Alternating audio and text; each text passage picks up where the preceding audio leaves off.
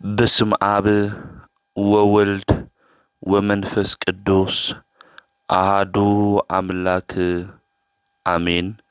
يتوارك زي آبهير أملاك أبوينا لزاب صهانا اسكزاتي ساعات قدمو خلو لعلو خلو نابزا ساعات زي آزب صحنا ناي أبوتاتنا ناي قدوسان أملاخ ناتناون أملاخ قدوس زي آبهير سموس تخبران زتمسجنن يخون أما أملاك ولاديت أملاك قدست قدوسان دنجل مريم سلفصوم أدونتا سلفصوم خبرن مسجانان يبصحيا خمؤون قدوسان أبوتاتنا قدوسان أديتاتنا بستوهاوم خبر متن كله مسجانا يبصحيا أبستفلالي عالم خوينكم ازي منفساوي ميديا ازي اتكتاتلو سدرا እግዚአብሔር ኣብ መስቀል ተሰቂሉ ፍጹም ዝኾነ ሰላሙ ብዝሃበና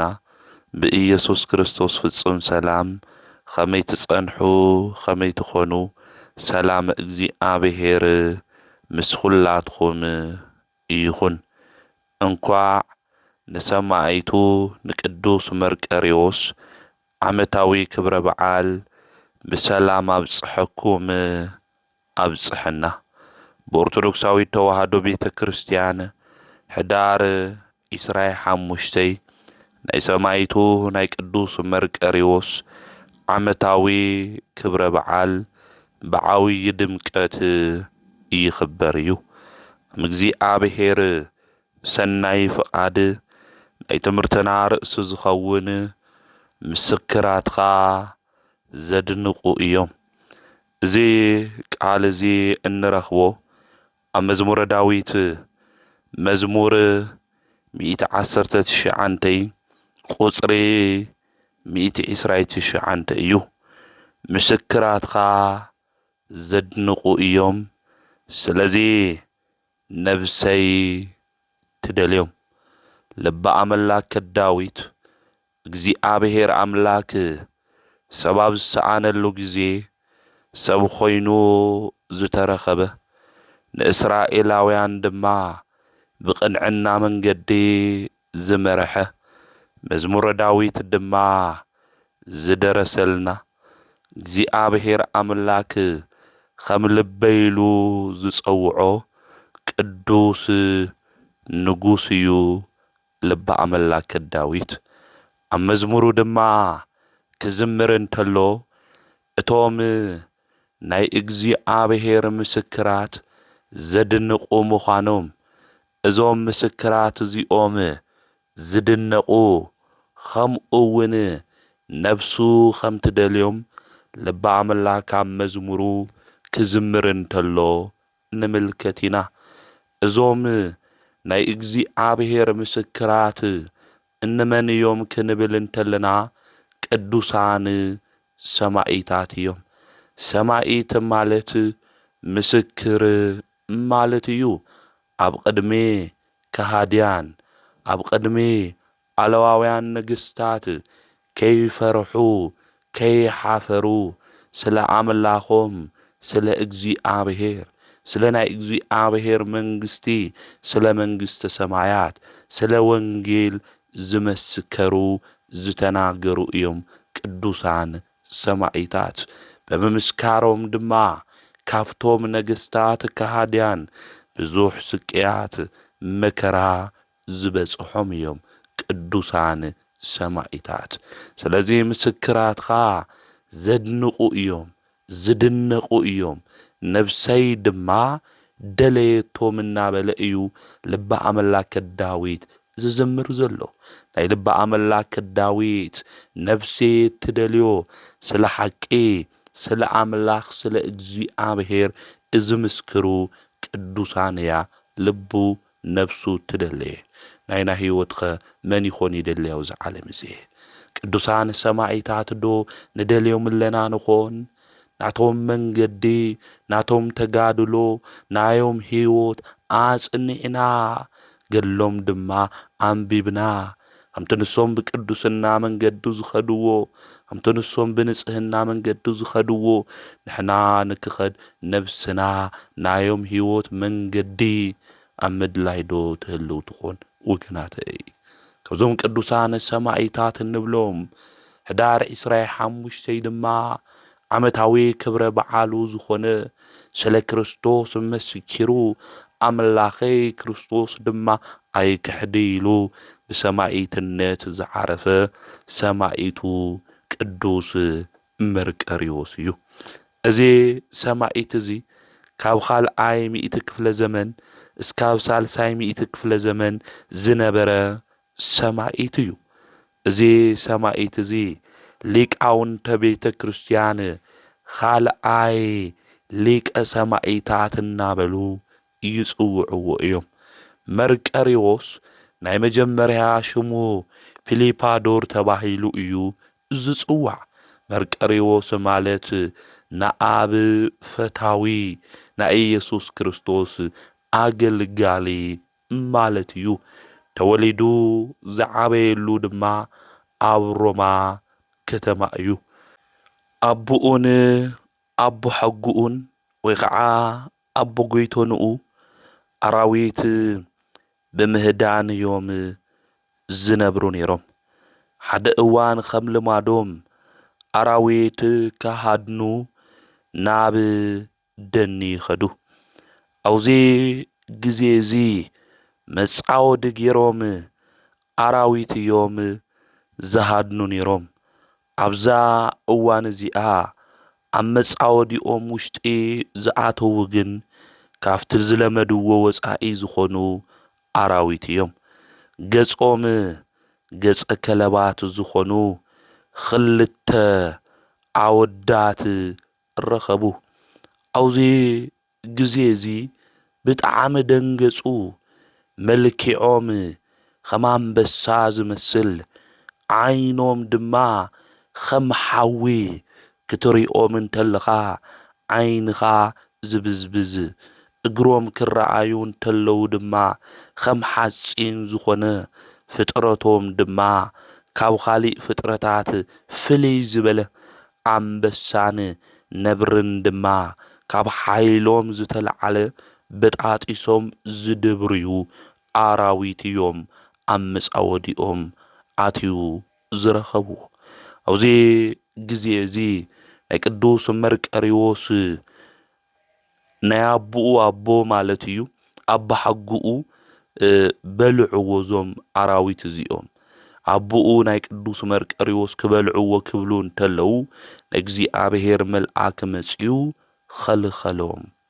ኣብዚ ግዜ እዚ ካብኡ ዝውለድ ጽቡቕ ፍረ እዩ። ስለዚ ነዚ ኣይትንኽእዎ ኢሉ እቲ መልኣከ እግዚኣብሔር እዞም ኣራዊት እዚኦም ኸልኸሎም። ምድራዊ ሓይሊ ዝኽልኽሎም የለይ። እዞም ገጸ ከለባት እዚኦም እዞም ኣራዊት እዚኦም ናይ ሰማይ ሓይሊ ተለይኾነማት። ስለዚ መልኣክ መጺኡ ኸልኸሎም።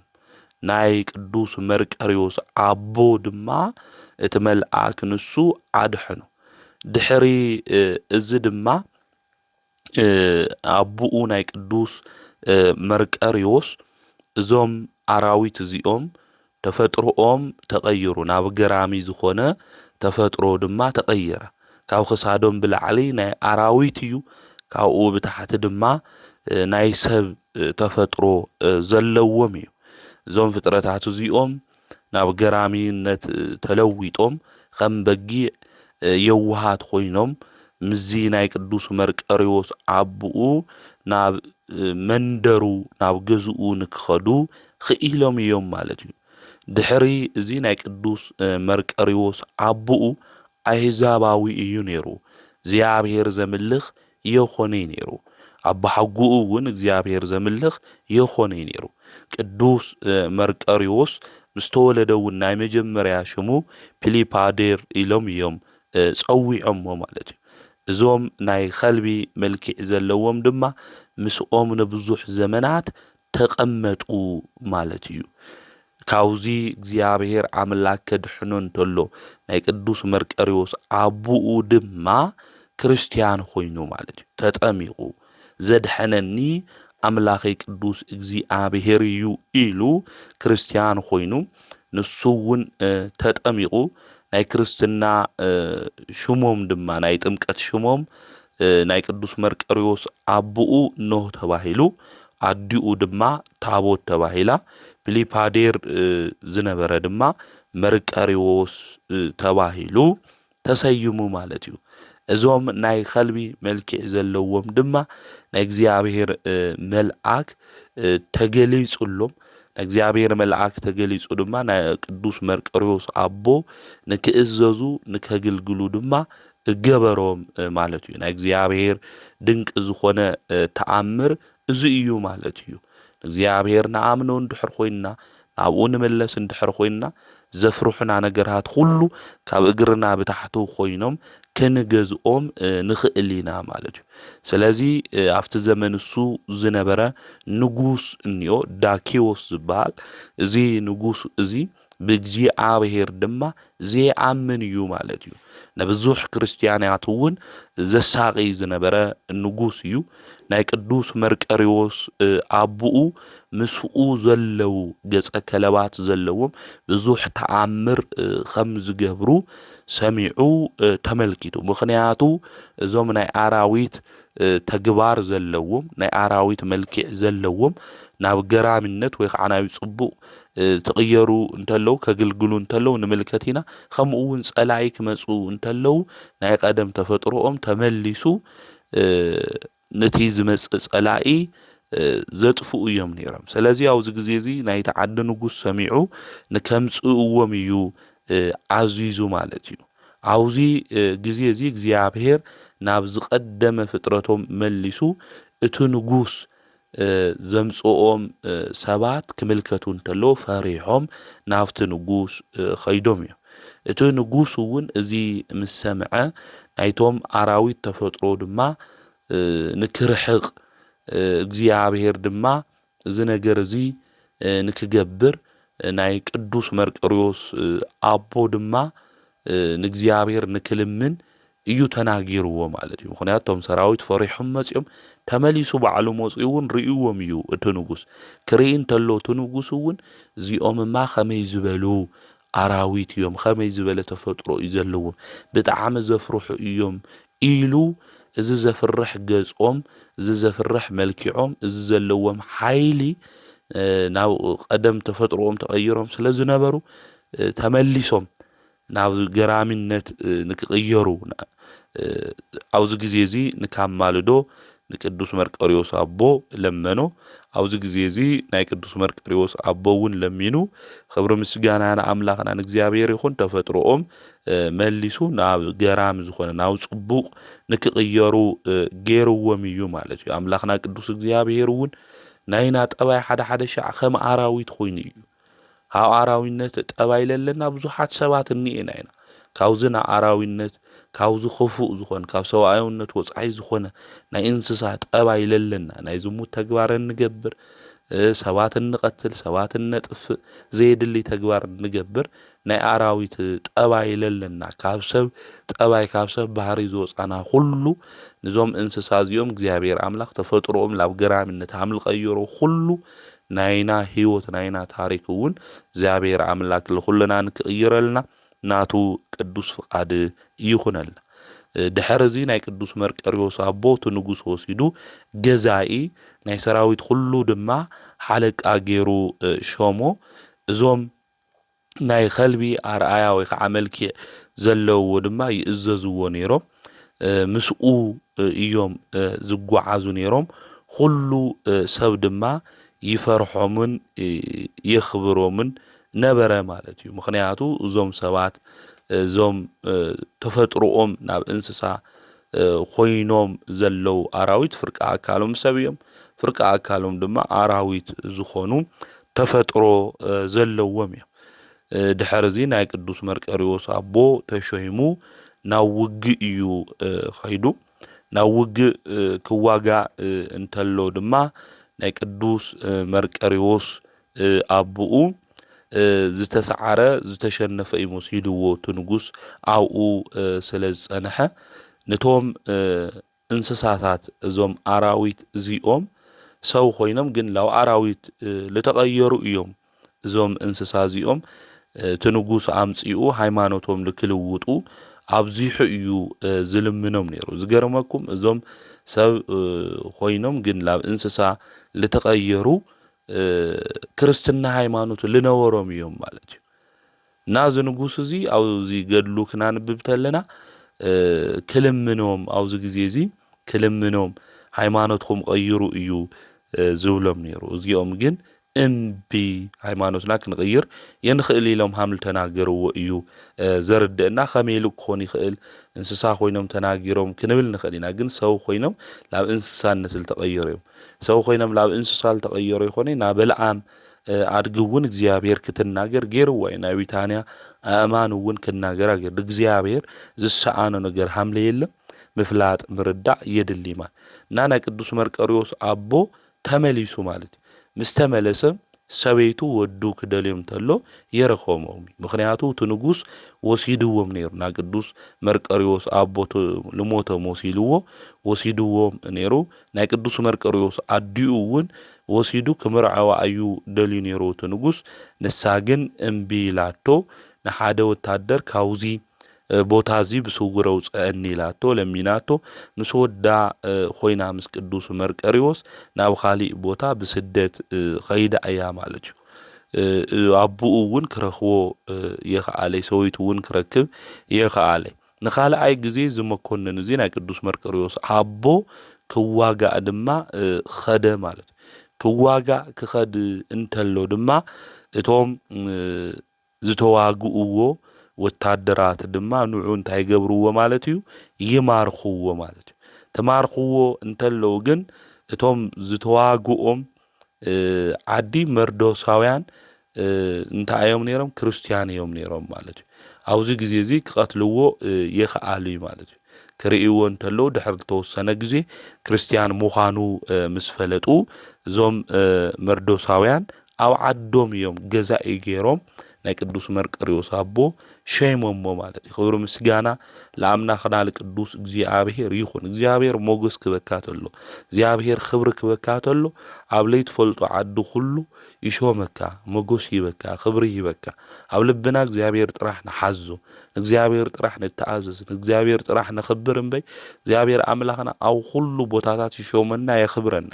ቅዱስ ዮሴፍ እውን ክንምልከት ንኽእል ኢና ቅዱስ ዮሴፍ ኣሕዋት እኳ ተሸጥዎ ኣብ ግብፅ ዓዲ ሞገስ ክብሪ ረኺቡ ንጉስ ንክኾን አዛዝ ንክኾን እግዚአብሔር ገይርዎ እዩ ማለት ምስኡ መን ስለልነበረ እግዚአብሔር ስለልነበረ ኣብ ስደት ዓዲ ክንኾን ንኽእል ኣብ ዝተፈላለየ ቦታ ክንህልው ንኽእል ኢና እግዚአብሔር አምላኽና እንድሕር ሒዝና ኮይና ኣብ ዘለናዮ ቦታ ሁሉ ዝሕልወና መን እዩ ተይልና አምላኽና ቅዱስ እግዚአብሔር እዩ ማለት እግዚአብሔር ያዕቆቦም ለፈላስያን ይሉ ልበ አምላክ ዳዊት ለስደተኛታት እግዚአብሔር እንታይ ይገብር ይሕልዎም እዩ ስለዚህ አምላኽና ቅዱስ እግዚአብሔር ኣብ ለለናዮ ቦታታት ሁሉ ንክሕልወና ኣብ ዘለናዮ ቦታ ሁሉ ሓልዩ ክብሪ ሞገስ ንክህበና ንሱ አምላኽና ቅዱስ እግዚአብሔር ከነኽብሮ እዩ ዝግበና እግዚአብሔር አምላኽ ዘኽበርዎ ሰባት ኣብ ባዕድ ሃገር ኣብ ዘይፈልጥዎ ዓዱ ሁሉ ሞገስና ክብሪ ክህቦም እንተሎ ንምልከት ኢና ማለት እዩ ስለዚ ናይ ቅዱስ መርቆሬዎስ አቡኡ እውን ክርስቲያን ኮይኑ ስለዝኣመነ ብክርስትና መንገዲ እውን ስለዝተጓዓዘ ተተማረኸ እኳ እዞም መርዶሳውያን ዓዲ ገዛኢ ንክኾን ገይሮም ሸይሞሞ እዮም ማለት እዩ ናይ ቅዱስ መርቆሬዎስ አዲኡ ሰብኣያ ምስ መርዶሳውያን ሃምለሎ ሰሚዓ ድማ ናብኡ ኸደት እቲ ሰብኣያ እውን ኣብኡ ነጊሱ ሃምለሎ እያ ሰሚዓ ኸይዳ ንሱ እውን ተቐቢልዎም ኣብኡ ድማ ቤተ ክርስቲያን ሰሪሖም እግዚአብሔር አምላኾም እውን ብሓድነት ኮይኖም ኣመስጊኖም እዮም ማለት እዩ ድሕሪ ዝተወሰነ ዘመናት ናይ ቅዱስ መርቆሬዎስ አቡኡን አዲኡን ድማ ይዓርፉ ማለት እዩ አቡኡን አዲኡን ምስ ዓረፉ ድማ እቲ ንጉስ ንቅዱስ መርቆሬዎስ ወሲዱ ባቡኡ ቦታ ድማ ኣብ ልዕሊ መርዶሳውያን ዓዲ ሾሞ ማለት እዩ ቅዱስ መርቆሬዎስ እውን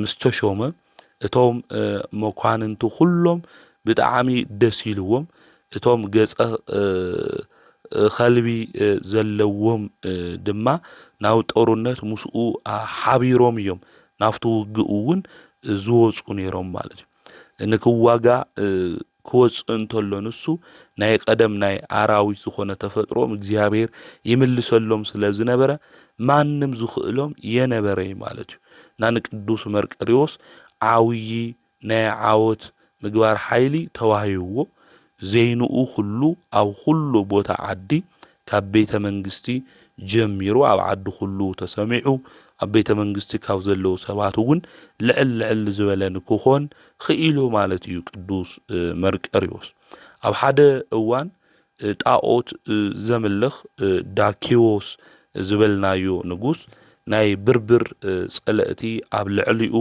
ተላዒሎም ክዋግእዎ መጽኦም ሰራዊት ሁሉ ኣኪቦም እዮም መጽኦም ማለት እዩ ብዙሓቶም እውን ከም ምድሪ ሓሸዋ ዝበዝሕ እዩ ነይሩ እዚ ክርኢ እንተሎ እቲ ንጉስ ብጣዕሚ እዩ ፈሪሑ ቅዱስ መርቆሬዎስ ግን እግዚአብሔር ከጥፍኦም እዩ ብኢድና ሕሊፉ ክህበና እዩ ስለዚ ኣይትፍራሕ ኢሉ ተናገሮ ቅዱስ መርቆሬዎስ በአምላኹ በእግዚአብሔር ዝኣምን እዩ አምላኹ ቅዱስ እግዚአብሔር ሁሉ ክገብር ዝኽእል አምላክ ምዃኑ ዝፈልጥ እዩ ማለት ስለዚ ኣይትፍራሕ እግዚአብሔር ከጥፍኦም እዩ ኢሉ ናይ እግዚአብሔር ሓያልነት ናይ እግዚአብሔር ክብሪ ቅዱስ መርቆሬዎስ ተናገር ንሕና እውን ብህይወት ዘመንና ዘጭንቁ ነገራት ክመጹ እንተለዉ ዝፍቱንና ነገራት ክመጹ እንተለዉ ብዙሕ ነገር ብህይወትና ዘመን ከጋጥመና እንተሎ እግዚአብሔር አምላክ ክሕልፎ እዩ ሁሉ ዝኽእል እዩ እግዚአብሔር ልበይ ትፍራሕ እናበልና ንውሽጥና ክነጽናዕንዑ ንባዕልና እውን ጽኑዓት ክንኾን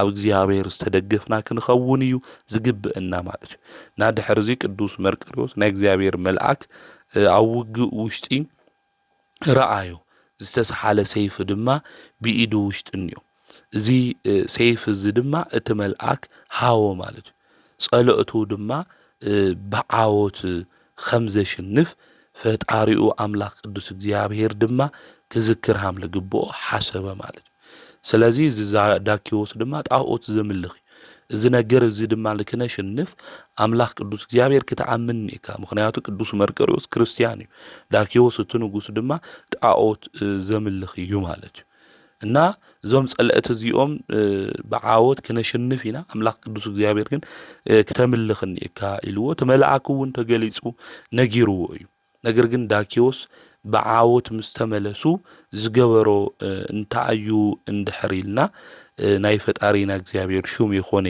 ጸውዑና አምላኹና እግዚአብሔር ሹም ረስቲዑ ማለት እግዚአብሔር አምላክ ከምልኽ እየ ካብዙ ፈተናዚ ካብዙ መከራዚ የውፅአኒ ኢሉ ዳኪዎስ ማለት ድሓር ግን ብዓወት ዝነገር እዚ ንከሽንፉ ምስ ገበሮ ቅዱስ መርቆሬዎስ እውን ኣብቲ ውግእሱ ትመልአክ ሰይፊ ህዎ እዙ ሽሕ ሰራዊት ብምሉኡ ክጠፍእ እንተሎ ባማኤት ሽሕ ዝቁጸር ዳኪዎስ ድሓረ እንታይ ገይሩ ና እግዚአብሔር አምላክ ሹም ረስቲዑ እንዲያም ትመልአክ ተገሊጹ ለምንታይ ና ፈጣሪ ና እግዚአብሔር ሹም ጽዋዕ ረስዒኻ ስካብ ዝብሎ ማለት እዩ ንሕና ብህይወት ዘመንና እግዚአብሔር አምላክ ዛ መዓልቲ እዚ ኣሕልፈኒ ዛ ፈተና እዚ ኣሕልፈኒ ዛ መከራ እዚ ኣሕልፈኒ አምላኸይ ዛ ነገር እዚ እንድሕር ሕሊፍኻኒ እዚኣ ክገብረልካ እየ ሓምዚ ከግልግል እየ ሽሙኻ ክጽውዕ እየ ብዙሕ መጽዋዕታት ኢና ንኣቱ ዝነገር ዝክሓድጎ እየ ካብ ሓጢአት ክወፅእ እየ ንስኻ ክኣትው እየ ክቆርብ እየ ንስኻ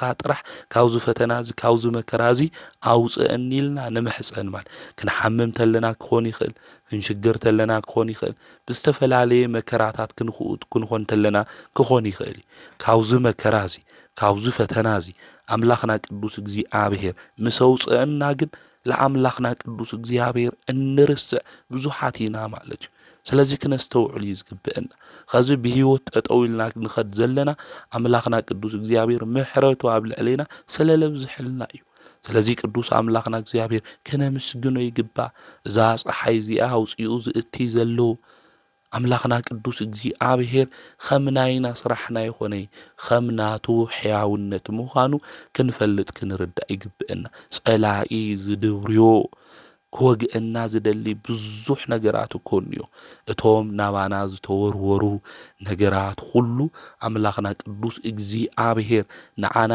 ከይወግኡና ንዓና ወጊኦም ከይድብሩና ኣምላኽና ቅዱስ እግዚኣብሔር ብምሕረቱ ብሕያውነቱ ይሕልወና ማለት እዩ። እዚ ኩሉ ዝገብረልና ዘሎ ሓላዊና ጓሳና ኣምላኽና ቅዱስ እግዚኣብሔር ክንርስዖ ይግብአና እዩ። ተባለ ኣምላኽና ቅዱስ እግዚኣብሔር ክንወፅኦ ካብ ዘይመስል ጸልማትና መከራ ከውፅአና ተሎ ካብኦም ስወፃና እኳ ኣምላኽና ቅዱስ እግዚኣብሔር እንርስዕ እኮ ብዙሓት እኮ ኢና ተመሊስና ኣብ ኃጢአት ተመሊስና ኣብ በደል ተመሊስና ኣብ ርኩሰት ተመሊስና ኣብ ለይጠቅም ቦታታት እንቕመጥ እኮ ወገናት ብዙሓት ኢና። ስለዚ ልብና ከስተውዕል እዩ ዝግብኦ። ዳኪዎስ እውን ካብዚ መከራ እዚ እግዚኣብሔር የውፅኦ እዩ እምበር ንእግዚኣብሔር ኣምላኽ ከም ዘምልኽ መስዋዕቲ ከም ዘቕርብ ከም ዘምልኾ እዩ ተናጊሩ ነይሩ። እግዚኣብሔር ካብዚ ፈተና እዚ ምስ ኣውፅኦ ካብዞም ናይ ብርብር ካብ ምድሪ ሓሸዋ ዝበዝሑ ዝነበሩ ሰራዊት ኩሉ መልአኩ ልኢኹ ቅዱስ መርቆሬዎስ እውን ናይ መልአኩ ሰይፊ ሒዙ እዞም ሰራዊት እዚ ኩሉ ከጥፍእዎም እንተሎ ብእግዚኣብሔር ሓይሊ ኣምላኹ ቅዱስ እግዚኣብሔር ግን ዳኪዎስ ረሲዑ ንጣዖት ከምልኽ እንተሎ ክዓጥን እንተሎ ንምልከት ኢና ንርኢና። ንሕና እውን ሓደ ሓደ ሻዕ ህይወትና ከምዚ እዩ። እቲ ዘድሕነና እቲ ዝፈወሰና ካብ ሕማምና ኩሉ ዘድሕነና እኳ ኣምላኽና ቅዱስ እግዚኣብሔር እኮ እዩ። ሓሚምና ኣብ ዓራት ክንተሓዝ እንተለና ኣምላኸየ ድሕነኒ ካብዚ ስቅያት ካብዚ መከራ ዝንበይ ንዓኻ እየ ዘመነይ ኩሉ ዘግልግል ቤተ ክርስቲያን እየ ዝመጽእ ንብል ኣብ መዓልቲ እኳ ሓደ ሻዕ ሽሙ ይንጽውዕ ምግቢ እኳ ክንበልዕ እንተለና ሽሙ ፀዊዕና ባሪኽና ይንበልዒ። ክርስቲያንስ ካብ ዘይንመስል ኣምላኽና ቅዱስ እግዚኣብሔር ሓዲግና ኣሕዛባዊ ተግባር እንፍጽም ብዙሓት ኢና ዘለና። ዘይርስዕ ኣምላኽ ዘይርስዐና ኣምላኽ ንሕና ግን ንርስዖ ማለት እዩ። ኣብ መከራና ግዜ ዘይርስዐና ነዚ ኮይ ልባ ኣምላክ ዳዊት ኣብ መከራይ ግዜ ዝሰምዓኻኒ ዝብል ኣብ መከራ ግዜ ዝሰምዕ መን ይህልው ወገናት? ኣብ ውድቀትና ግዜ ዝሰምዐና ለይቲ ሙሉእ ነበኸና ንብዓትና ሁሉ ዝሕብሰልና ነገራትና ሁሉ ለስተኻኽለልና እኮ ነገርና ምስጢርና ሁሉ ዝሕብአልና እኮ ቅዱስ ኣምላኽና ንሱ እግዚኣብሔር እዚ ኣምላክ እዚ ሃሚልና ንርስዖ። ስለዚ ልቢልና ክንስተውዕል ይግብአና። ንጎ ክንለዓል ተለና ምሸት ክንድቅስ ተለና ኣብ ስራሕትና ሁሉ ኣምላኽና ቅዱስ እግዚኣብሔር ሽሙ እናዘከርና ሽሙ እናፀዋዕና ክንፅውዖ እዩ ዝግበአና። ዘድሐነና ዝፈውሰና ዝተበዥወና ካብ ዘለዓለማዊ ሞት ዘውፀአና ቅዱስ ኣምላኽና ኢየሱስ ክርስቶስ ክንርስዖ ይግበአና። ዳኪዎስ ግን ነዚ ኣምላኹ ቅዱስ እግዚኣብሔር እዚ ረሲዕዎ ማለት እዩ። ክነንብብ እንተለና እውን ኣብዚ ገድሊ እዚ ንረኽቦ ንሱ እዩ ተመልአኩ እውን ናይ ፈጣሪኡ ናይ እግዚኣብሔር ሽሙ ምፅዋዕ ንምንታይ ረሲዑ ኢሉ እዩ ተናጊሩ። ንሕና እውን ብሂወት ዘመንና ንኣምላኽና ናይ እግዚኣብሔር ሽሙ ምፅዋዕ ገዲፍና ላብ ካሊእ መንደር ንኸድ ሰባት እኒአና። ዘስተውዕል ልቢ ኣምላኽና ቅዱስ እግዚኣብሔር ንኹልና ይዓድለና። ናቱ ውግእ ምስ ተፈጸመ ንጉስ ዳኪዎስ ንጣዖታት ዕጣን ክዕርግ በዓል ድማ ክገብር ደለየ። ቅዱስ መርቆሬዎስ ግን ናፍቲ በዓል እሱ ከኽብር ምስኡ ሓቢሩ ይኸደ። ምክንያቱ ቅዱስ መርቆሬዎስ ዘምልኾ ዘመስግኖ መስዋዕቱ እውን ዘቕርበሉ ንኣምላኹ ንቅዱስ እግዚኣብሔር እዩ። ኣብቲ ግዜ እሱ ቅዱስ መርቆሬዎስ ከምዘይመፀ ሰባት ሪኦም ዝሕሽው ሰባት እኒአው። ኣብቲ ግዜ እሱ ቅዱስ መርቆሬዎስ ሃምለይ መፀ ከምኡ እውን ምስኦም ሃምለይ ተሓባበረ ምስ ተረድኡ ናፍቲ ንጉስ እሱ ኸይዶም መልእክተኛታት ልኢኾም ቅዱስ መርቆሬዎስ እኮ ናውዚ የመፀአይ ኢሎም ተናገሩ። ቅዱስ መርቆሬዎስ ደንጉዩ መፂኡ ናፍቲ ንጉስ ምስ መፀ ኣብዚ ግዜ እዚ ዕጥቁ ዝነበሮ ናይ ውትድርና ሁሉ ኣውፂኡ ኣብቲ ንጉስ ደብረየሉ ከምዚ ኢሉ ድማ ተናገረ። ኣነ ክብርን ምስጋናን ንዑ ይኹን ጎይታይ ኢየሱስ ክርስቶስ ኣይክሕዲ ንዝረኸሱ ጣዖታት እውን ኣይሰግዲ ኢሉ ተናገረ። ከመይ ዝበለ እምነት እዩ። ህዝቡ ኩሉ ክሰግድ እንተሎ ህዝቢ ኩሉ ከምልኽ እንተሎ ቅዱስ መርቆሬዎስ በይኑ ካብቶም ህዝቢ በይኑ ኮይኑ ኣነ ዘምልኾ መን ኢሉ ኣምላኸይ ቅዱስ እግዚኣብሔር እዩ። ስለዚ ንኢየሱስ ክርስቶስ እየ ኣነ ዝሰግድ ንዑ ድማ የክሕዲ ንዝረኸሱ ጣዖት እውን ኣይሰግዲ ኢሉ እዩ ተናጊሩ። ንሕና ብሂወት ዘመንና ከምኡ ደንብል ንኾን ህዝቡ ሁሉ ተኣኪቡ ንጣዖት ከምልኽ እንተሎ ክሰግድ እንተሎ ክንብርከኽ እንተሎ በይና ቀሪና እናምልኾአና ኣምላኽና ቅዱስ እግዚኣብሔር እዩ ንዝረኸሰ ጣዖትማ የሰግዲ ምኽንያቱ እምቢ ክብል እንተሎ ድሕርዚ ዝበፅሖ መከራ እኮ ቅዱስ መርቆሬዎስ ይፈልጥ እዩ ምኽንያቱ ቅድሚኡ ዝነበሩ ክርስቲያን ዝበፅሖም ዝነበረ መከራ ይፈልጥ እዩ ዳኪዎስ ድማ ጨካን ንጉስ እዩ ክሓዲ ንጉስ እዩ ናማልኽቱ የስውኢ ዝበለ ይሰግዲ ዝበለ ብዙሕ ስቅያትና መከራ እዩ ዘብፅሕ ኣብዚ ግዜ እዚ ንጉስ ዳኪዎስ እዚ ነገር ምስ ሰምዐ ብጣዕሚ ተናደደ ኣብ ሩሑስ ዕንጨቲ ገይሮም ድማ ብሽመል ገይሮም ንክገርፍዎ ኣዘዘ ከምኡ እውን ካብ ላሕሚ ቆርበት ዝተሰርሐ ጭጉራፍ ብኡ እውን ገረፍዎ ደሙ ከም ማይ እስካብ ዝፈስስ ንቅዱስ መርቆሬዎስ ገረፍዎ እዚ ኩሉ መከራ ዝበፅሕ ለሎ ኣምላኹ ቅዱስ እግዚኣብሔር የክሕዲ ስለ ዝበለ ካብ ክርስቶስ ፍቅሪ ዝፈልየኒ እንታይ እዩ ኢሉ ስለ ዝሓሰበ እዩ ማለት እዩ ንሕና ካብ ክርስቶስ ፍቅሪ ብዙሕ ነገር ፈሊና እዩ ገንዘብ ፈሊና ጣዖት ኮይኑ ናይ ዓለም ነገር ጣዖት ኮይኑ ፈሊና እዩ ቁሳዊ ነገር ጣዖት ኮይኑ ፈሊና እዩ ቅዱስ መርቆሬዎስ ግን ናይዚ ዓለም እዚ ጣዕሚ ብፍጹም ዝነዓቀ እዩ ነዚ ቅዱስ ኤፍሬም እውን ኣማን መነኑ ሰማዕታት ጣዕማ ለዚ ዓለም ኢሉ ዝተናገረ ማለት ሰማዕታት ብሓቂ ናይዚ ዓለም እዚኣ ጣዕሚ ነዓቁ ስለ መንግስተ ሰማያት ድማ መራራ ዝኾነ ሞት ተዓገሱ እናበለ ስለ እግዚኣብሔር ድማ ብዙሕ ፈተና ስቅያት ተዓጊሶም ሰማዕታት መከራም ተቀበሉ ቅዱስ ኤፍሬም ዝተናገረ ነዚ እዩ ማለት እዩ ሰማዕቱ ቅዱስ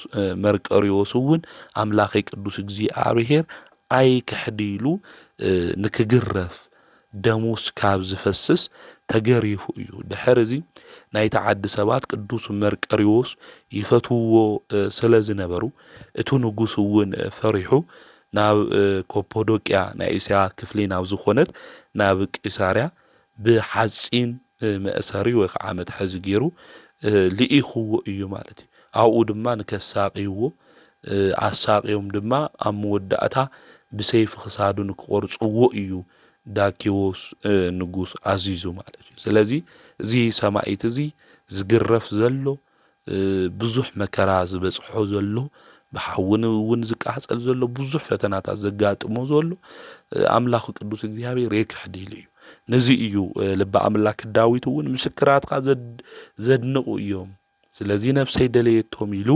ዝናገር ዘሎ ነዚ እዩ ማለት ቶም ስለ እግዚኣብሔር ዝምስክሩ ቅዱሳን ሰማዕታት ዘድንቁ እዮም ስለ ባዕሎም ክብሪ ኢሎም ይኾነ ሽሞት ሽልማቶም ክብሮም ሁሉ ገዲፎም ክብርና ሽልማትና ሁሉ ነገርና መን እዩ መድሓኒትና ንሱ ኢየሱስ ክርስቶስ እዩ ኢሎም ስለሱ መከራ ድማ ዝተቀበሉ እዮም መራራ ዝኾነ መከራ ዝተቀበሉ ነዚ እዩ ኣብ መልክዓ ኢየሱስ ክንደግም እንተለና ደራሲ ክናገር እንተሎ ኣሃዊከ ሰማዕታት ቆላተ ሕማማት ወረዱ ወጻድቃኒከ ገዳማት ኦዱ ኢሉ ዝተናገረ ሕዋትካ ሰማዕታት መከራ ተቀበሉ ሕማም ተቀበሉ ጻድቃን ድማ ካብ ገዳም ናብ ገዳም ዞር ኢሉ ዝተናገረ ነዚ እዩ ሰላም ለመካየድ ከኣሃዱ ኣሃዱ ክንብል እንተለና መልክዓ ኢየሱስ ማለት እዩ ስለዚ ቅዱሳን ሰማዕታት ብዙሕ መከራ ዝተቀበሉ እዮም ነዚ እዩ ቅዱስ ጳውሎስ እውን ከምኡ እውን ልበ ኣምላክ ዳዊት ከም ዝሕረዱ ኣባጊዕ ተቆፀርና በብመዓልቲ ከም ዝሕረዱ ኣባጊዕ ተቆፀርና ኢሉ ዝተናገረ ነዚ እዩ ካብ ቦታ ናብ ቦታ እውን ዞርና ኢሎም ዝተናገርዎ ነዚ እዩ ወገናተይ ና ቅዱሳን ሰማዕታት ስለ ክርስቶስ ኢሎም ስለ ቤተ ክርስቲያን ኢሎም ብዙሕ መከራ ዝተቀበሉ እዮም ነብስና ክደልዮም ዝግባእ ዘድንቁ ምስክራት ንቅዱስ መርቆሬዎስ እዮም ሽሞቶም ሓዲጎም ዝነበሮም ስልጣን ሁሉ ሓዲጎም ኣምላኾም ቅዱስ እግዚኣብሔር የንክሕዲ ዝበሉ እዮም ከዚ ንሕና ንስልጣን ኢልና ንሹመት ኢልና ንክብሪ ኢልና ንዝና ኢልና ኣምላኽና ቅዱስ እግዚኣብሔር ኢና ንክሕድ ቅዱሳን ሰማዕታት ግን ከምኡ ይኾን ቅዱስ መርቆሬዎስ ኣምላኾም ቅዱስ እግዚኣብሔር ካብ ዝክሕዱ ምድራዊ ዘለዎም ሹመት ሽልማት ዝገደፉ እዮም እዞም ቅዱሳን እዚኦም ስለዚ ቅዱስ መርቆሬዎስ ብለማዓንቲ ሕዳር 25 أملاخي قدوس እግዚአብሔር كحدي ملاخي قدوس እግዚአብሔር كابز كحد خصادي كقرص اني لو بلما عند سماعيتن تقبلوا እዩ خصادو بسيفن كقرص داكيوس نغوس عزيزو እዩ نسماعيتنت أكليل دما تقبل እዩ سناي زخونه ገድሉ ተጋዲሉ ሃይማኖቱ حليو نبزوحات دما ناي ሃይማኖት أرأيا መንገዱ ኮይኑ استغعز እዩ ቅዱስ መርቆሬዎስ ስለዚ ቅዱስ መርቆሬዎስ ንብዙሓት ኣብነት ኣርኣያ መንገዲ ናይ ክርስትና ህይወት ዝኾነ ናይ እምነትና ናይ ሃይማኖትና ሓርበኛ ዝኾነ ቅዱስ ሰማዕት እዩ ዘይጠፍእ ሰማያዊ ኣክሊል ካብ እግዚአብሔር ተቐቢሉ እግዚአብሔር እውን ቃል ኪዳን ኣትይውሉ እዩ ኣብ መከራቱ ሁሉ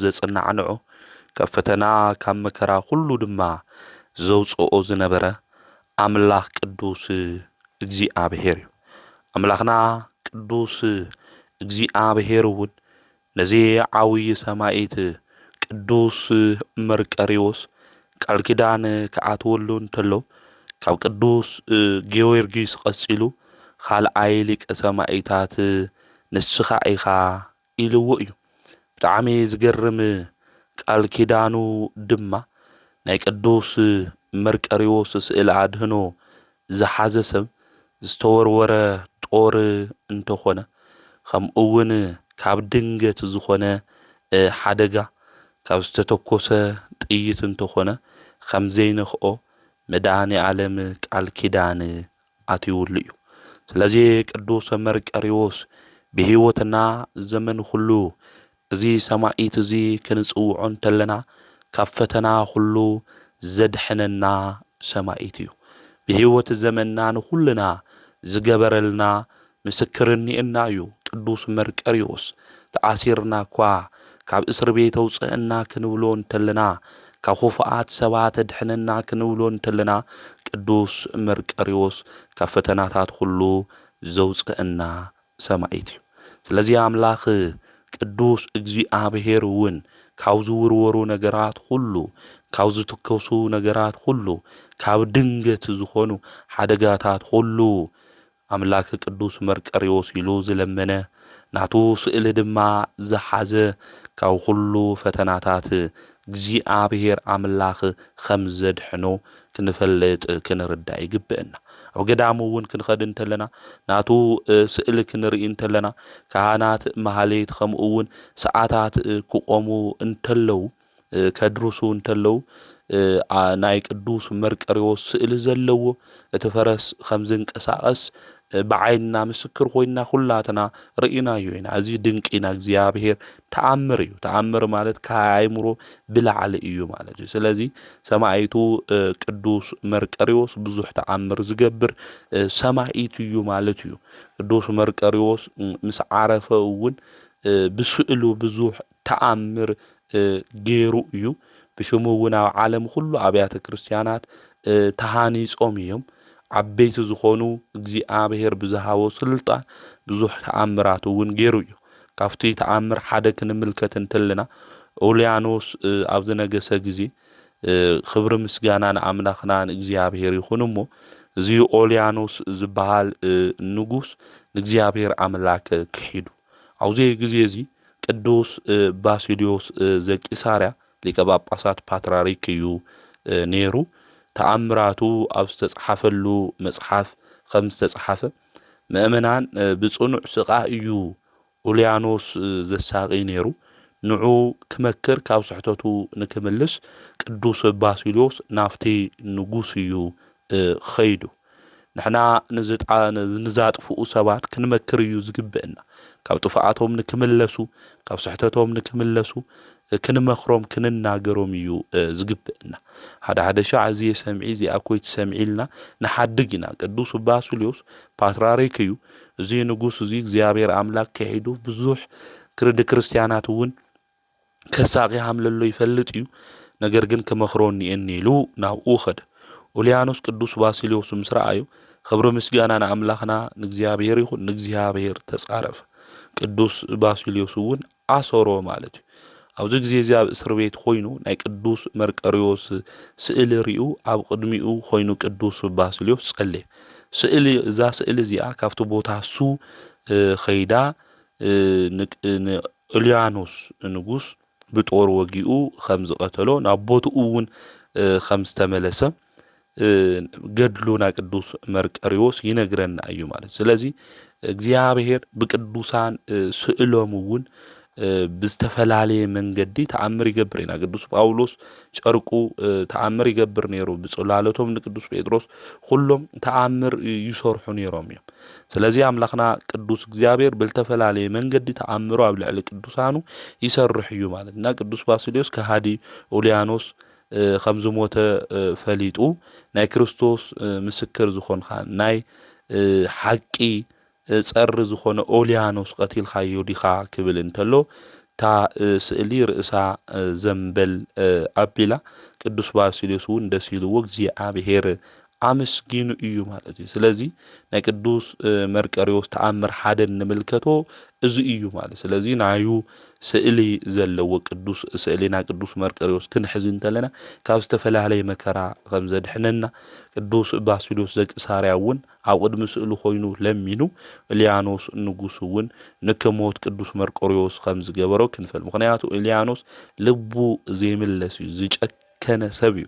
ናይ እግዚአብሔር ኣምላኽ ሽሙ እውን ዝተጻረፈ ይኽብሮ ምስጋና ለኣምላኽና ንቅዱስ እግዚአብሔር ይኹን። ኣብ ልዕሊ ቅዱሳን ኣብ ልዕሊ እግዚአብሔር ዘየድሊ ቃል ዝናገሩ ሰባት መወዳእቶም መቅሰፍቲ እዩ፣ መወዳእቶም መዓት እዩ ዝኾን። ስለዚ ብሂወት ዘመንና ሁሉ ንኣምላኽና ቅዱስ እግዚአብሔር ሹም እናመስግን ቅዱሳን እውን ብዝማሬ ሹሞም እናልዕል ክንኾን ይግብአና እምበይ ዘየድሊ ቃል እንናገር ሰባት ክንኾን ከም ዘይግብአና ልቢ ኢልና ክነስተውዕል ይግብአና። ካሊእና ቅዱስ መርቆሬዎስ ተኣምር ተኣዩ ክንብል እንተለና ኣብ ምስር ዓዲ ካብ መሳፍንቲ ወገን ዝኾነ ሓደ ናይ እስላም መንእሰይ ነይሩ እና እዚ ናይ እስላም ሕጊ መጻሕፍቲ ተማሂሩ እዩ።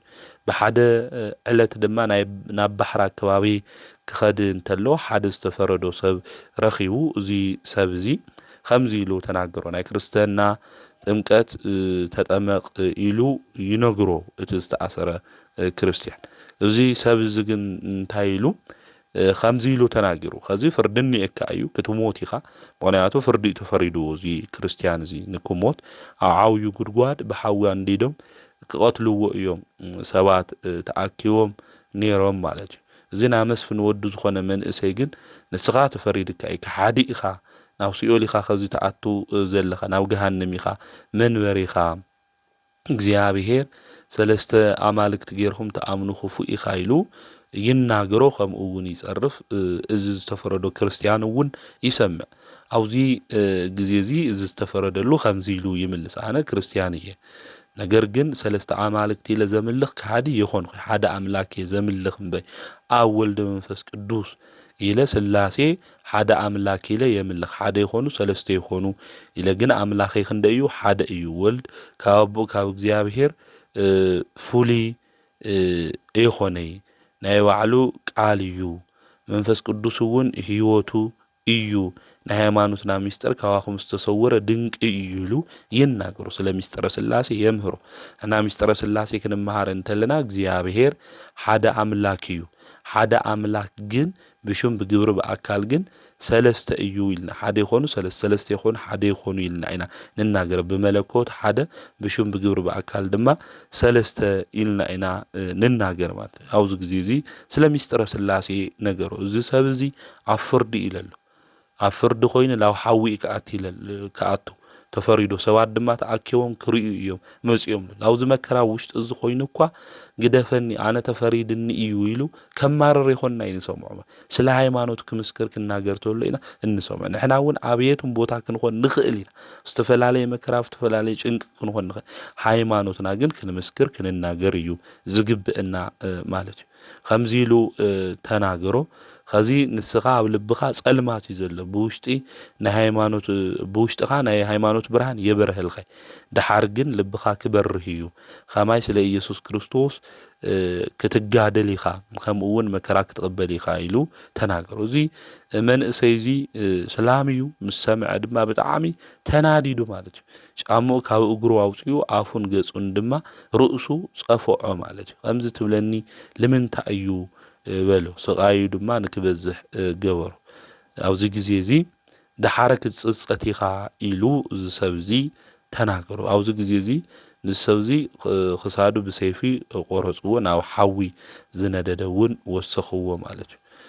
እቲ ሓዊ እውን ልዕል ልዕል ኢሉ 3 መዓልቲ ሙሉእ ሓለውቲ ወታደራት ሓልይዎሞ እዮም።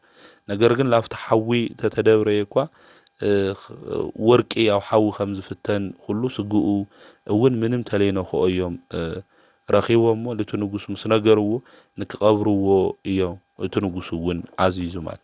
እዚ መንእሰይ ሰላም ድማ እናሓዘነ ናብ ገዝኡ ኸይዱ ከመይ ኢሉ ከምዚ ይብለኒ ኢሉ ካብ ሓዘን ዝተለዓለ ዘይበልዕ ዘይሰቲ ኾነ ማለት። ከመይ ኢሉ ከምዚ ይብለኒ ሓደ ሰባት ኮኒና ዝኾነ ሰብ ዝኾነ ቃል ይናገረና እሞ ኣስተንቲና ስኡልና ብዙሕ ንገብሮ ኣጉሊህና ካብኡ ላብ ጭንቀት ኢና ሓደ ላብ ጭንቀት ክእትየና ልኽእል መንስኤ እውን ነገራት እንታይ ክንገብር ኣጉሊህና ክነምፅኦ ተለና እዩ። ላብ ብስጭት ይወስደና፣ ተስፋ ንቆርፅ ዝኾነ ነገር ንምንታይ ሃምዚ ኢልን ንምንታይ ሃምዚ ኢላትኒ ኢና ንብል ብሂወት ዘመንና ሰብ ቃል ተናገረና ኣብ ልብና ጌርና ለውሽጥና ክንጎድእ ኣይግበን። ሰብ ግን ንምንታይ እዩ ሃምዚ ኢልኒ ሃሜልካ ኢኻ ስለ ክርስቶስ ትምስክር ኢልና ኣነ ሰላምና ሃለኹስ ንምንታይ እዩ ሃምዚ ኢልኒ ኢሉ ሓሰበ ዘይበልዕ ዘይሰቲ ድማ ኾነ ማለት እዩ። ኣብዚ ግዜ እዚ ንምንታይ ከምዚ ኢሉ ተናገረኒ ኢሉ ቤተሰቡ ድማ ንምንታይ እዩ ሃምዚ ኮይኑ ዝወድና ኢሎም ጠየቕዎ። ድሓር ግን ብልቡ ኣጽናዕኒዖሞ ማለት ንሱ ግን ክጽናዕናዕ ኣይከኣለይ ማለት እዩ። ብዚ ግዜ እዚ ናብ መቃብር ነብይ ክኸድየ ይብሎም ማለት እዩ። ናብ ነብይ መቃብር ክኸድየ ክብል እንተሎ ወለዱ ደስ ኢልዎም ስንቂ ገይሮም ምስ ሰብ ገይሮም ድማ ነዚ ሰብ እዚ ይልእኽዎ ማለት እዩ። ምስ ኸደ በፂሑ ክምለሱ እንተለው እዚ ቆልዓ እዚ ክሸን ኢሉ ካብ ፈረሱ ይወርድ እሞ ምስ ወረደ እቶም ካልኦት ምስኡ ዝነበሩ ምሳና እንዩ ኢሎም ጉዕዞኦም ይቕፅሉ ማለት እዩ። ጉዕዞኦም ክቕፅሉ እንተለው ግን እዚ ቆልዓ እዚ ምስኦም የነበረ ማለት እዩ። ኣብ ጫካ ወይ ከዓ ኣብ ዱር እዩ ነይሩ ማለት እዩ። ኣብዚ ግዜ እዚ ብጣዕሚ ሓያል ዝኾነ ኣራዊት ዝበዝሖ ጫካ እዩ ነይሩ፣ ዱር እዩ ነይሩ። ኣብዚ ግዜ እዚ ብጣዕሚ ይድንግፅ ይፈርሕ ማለት እዩ። ካብኡ ኣብ ምስር ዓዲ ኣብ ናብኡ ገዛ ኣከባቢ ናይ ሰማዕቱ ናይ ቅዱስ መርቆሬዎስ ቤተ ክርስቲያን ከም ዘሎ ዘኪሩ ብልቡ ከምዚ ኢሉ ተናገረ ማለት እዩ። መጽዋዓ ኣተወ ማለት እዩ። ናይ ኢየሱስ ክርስቶስ ምስክር ዝኾንካ መርቆሬዎስ ካብዚ በረኻ እዚ ካብዚ ኣራዊት ኣፍ እዚ እንድሕር ብዛ ለይቲ እዚኣ ኣድሒንካኒ ኮይንካ ምንም ከይንኽአኒ እንድሕር ወፅየ ኣነ ክርስቲያን ክኾን እየ ኢሉ ተመጻብዐ። ወዲያው መልኪዑ ጽቡቕ ዝኾነ መንእሰይ ዝኸበረ ክዳን ዝለበሰ ናይ ወርቂ መዕጠቕ እውን ዝተዓጠቐ ብፈረስ ተቐመጠ ናብኡ መጽአ። ናብ ኢኻ ትኸድ በሎ ካብዚ በረኻ እዚ ክወፅእ ይደሊ እየ ኢሉ ተናጊሩ ነዚ መንእሰይ እዚ ብድሕሪቱ ገይሩ እናበረረ ናብ ምስር ዓዲ ድማ ወሰዶ ማለት እዩ። ዝወሰዶ ቅዱስ መርቆሬዎስ እዩ ማለት እዩ። እና ቅዱስ መርቆሬዎስ ክንጽውዖ እንተለና ፈጢኑ ዝበጽሕ ቅዱስ ሰማዕት ምዃኑ ክንፈልጥ ይግብአና። ናብታ ኣብ ዓዶም ኣብ ምስር ኣከባቢ ለላና ቅዱስ መርቆሬዎስ ቤተ ክርስቲያን እውን እእትይዎ ትበሪ ከይተኸፈተ እእትይዎ ምስ አተዎ ቅዱስ መርቆሬዎስ እውን ተሰዊርዎ ማለት ናይ ቤተ ክርስቲያን መጋቢ ድማ ብለይቲ መጸ እቲ ቤተ ክርስቲያን ከይተኸፈተ ሓደ መንእሰይ ጠጠው ኢሉ ክርኢ እንተሎ ደንጊጹ ማለት እዩ። ኣብዚ ግዜ እዚ ሃሜልካ ኢኻ መጺኻ ኢሉ ክናገሮ እንተሎ ወይስ ሌባ ዲኻ ክብሎ እንተሎ ኣይ ላውዚ ቤተ ክርስቲያን እዚ ሓደ መንእሰይ እዩ ኣምጺእና ኣነ ኣብ በረኻ እየ ነይረ ኢሉ ተናገሩ።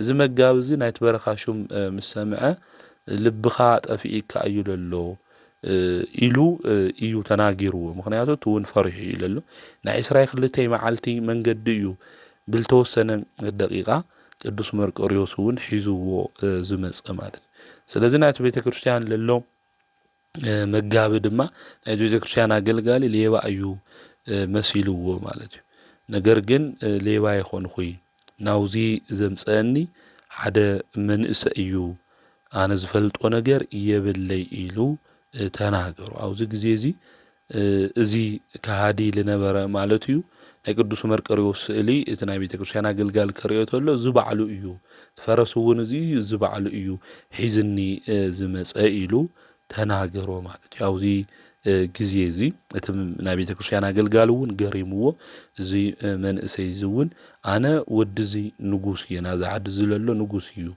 ኣነ ብእግዚአብሔር ይኣምኒ ነገር ግን ለምህረኒ ሰብ ብሕቡእ ኣምፅአለይ ኢሉ ይናገሩ ኣብዚ ግዜ እዚ እቲ ናይ ቤተክርስትያን አገልጋሊ እሺ ኢሉ ዘምህሮ ሰው ኣምፅኡ ንሱ እውን ተማሂሩ ይጥመቕ ማለት እዩ ቅዱስ መርቆሪዎስ ካብ ፈተና ካብ መከራ ስለለድሕነ ወለዱ ግን እቶም ምስኡ ዝኸዱ ሰባት ድሕሪ 22 መዓልቲ ናፍቲ ዓዲ በጽሑ ምስ በጽሑ ወዶም ግን የለይ ማለት እዩ ሓደራ ሂበካ ነይረ ኣብ ምንታይ ማን እዩ ዝወደ ይብሎ ነቲ ሓደራ ሂብዎ ዝነበረሰ ኣይ ኣብ በረኻ ጠፊኡና እዩ ምስ በሎ ወለዱ ይሓዝኑ ማለት እዩ ብጣዕሚ ኣምሪሮም ሓዚኖም ን40 መዓልቲ ዝኣክል ድማ በኸዩ ማለት እዩ ንሱ ግን ኣብ ቤተክርስትያን ተማሂሩ ክርስቲያን ኮይኑ እዩ ናብ ወለዱ ተተመሊሱ ወለዱ ዝኣምንዎ ካልእ ስለ ዝኾነ ብዙሕ ስቅያት ከብጽሕሉ ሓደ እዋን ግን እዚ ሰብ እዚ ካብ ቤተክርስትያን አካባቢ ሓደ መንእሰይ ይርዮ ምስ ራእየ ናብ ወለዱ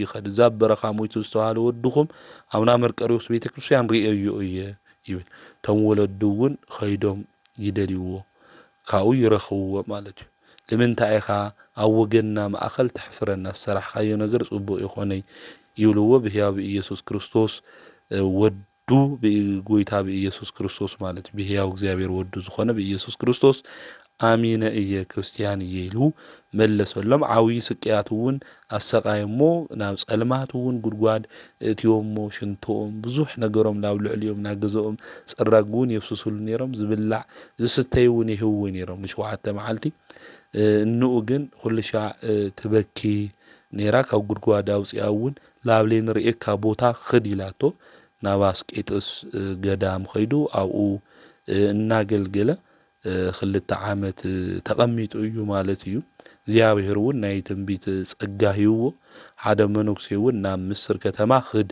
ሃይማኖት ኣብኡ ክትገልጽ ኢኻ ክትናገር ኢኻ ኢልዎ ናብ ዓዱ ኸይዱ ኣቦኡ ምስ ረኣዮ እውን ላፍቲ ንጉስ እዩ ወሲዱ ወድና ናይና ሃይማኖት እዩ ዝኽተል ነይሩ ኸዚ ግን ክርስቲያን ኮይኑ እዩ ኢሉ እቲ ንጉስ እውን እቲ ሓቂ ተኣዩ ምስ በሎ ብለይቲ ቅዱስ መርቆሪዎስ ከም ዝተገለጸሉ ኣብ ፈረሱ ኣቕሚጡ እውን ናብ ቤተክርስትያኑ ከም ዘምጽኦ ናይ 22 መዓልቲ መንገዲ ከም ዓይኒ ምጥቃስ ኮይኑ ማለት እዩ ብቅጽበት ከም ዘምጽኦ ስእሉ ትርኢ ተሎ እሱ ምዃኑ ከም ዝተረድአ ለቲ ንጉስ ይነግሮ ማለት እዩ እቲ ንጉስ እውን እዚ ምስ ሰምዐ ብጣዕሚ ኣድኒቑ ብምፍራሕ ኮይኑ ክገብረልካ ትደሊ ተኣዩ ኢሉ ወለዱ ለሓሰዎ መከራ ከብጽሕሉ ስቅያት ከብጽሕሉ እዮም ሓሲዮም ነገር ግን ናይ ቅዱስ መርቆሪዎስ ዝገበሮ ተኣምር ክናገር እንተሎ ናይቲ ንጉስ ልቢ እውን ራህርዩ ማለት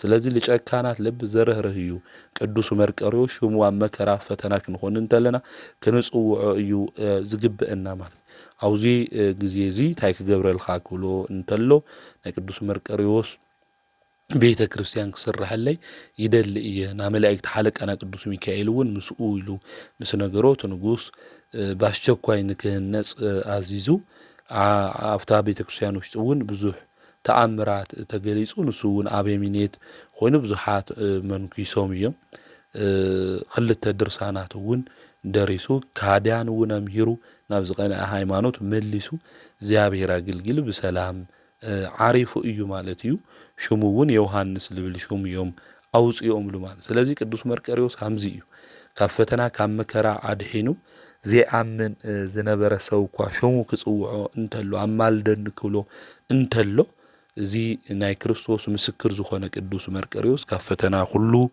ኣውፂኡ ናብ ሃምዚ ዝበለ ክብሪ ክበቅዕ ገይርዎ እዩ። ስለዚ ቅዱስ መርቆሬዎስ ሰማዕት ብለሙዓንቲ ሕዳር 25 ሰማዕትነት ተቐበለሉ ዕለት እዩ እሞ ቃል ኪዳኑ ምሳና ልክኾን ኣምላከ ቅዱስ መርቆሬዎስ ኣድሕነኒ።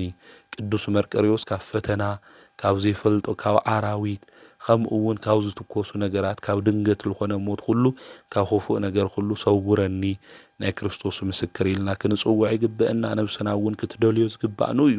ምስክራትካ ዘድንቁ እዮም። ስለዚ ነብሰይ ትደልዮም ዝበለ ልበ ኣምላክ ዳዊት ልዚ እዩ እሞ ናይ ቅዱስ መርቆሬዎስ ህይወቱ፣ ታሪኩ፣ ገድሉ ኩሉ ሰሚዕና ኢና። ቃል ኪዳኑ እውን ሰሚዕና ኢና። ናይ ቅዱስ መርቆሬዎስ ሰማዕት በረከቱ፣ ረድኤቱ፣ ኣማላድነቱ፣ ቃል ኪዳኑ ምስ ኩልና ህዝበ ክርስቲያን ይኹን። ከዚ እንሰምዖም ናይ ኣራዊት ዝኾኑ ድምፅታት ብዙሓት እዮም። ዝትኮሱ ነገራት ብዙሓት እዮም። ካብ በራሪ ዝኾነ ነገራት፣ ካብ ድንገት ዝኾነ፣ ካብ ክፉእ ነገር ሁሉ ቅዱስ መርቆሬዎስ ንከድሕነና ንኣምላኽና ንእግዚአብሔር ቅዱስ ፍቃድ ይኹነልና። ዘምህረና ዝገስጸና ናይ ኣቦታትና ኣምላክ ቅዱስ እግዚአብሔር ስሙ ዝተኸበረን ዝተመስገነን ይኹን። ወስብሐት ለእግዚአብሔር ወወላዲቱ ድንግል ወለመስቀሉ ክቡር።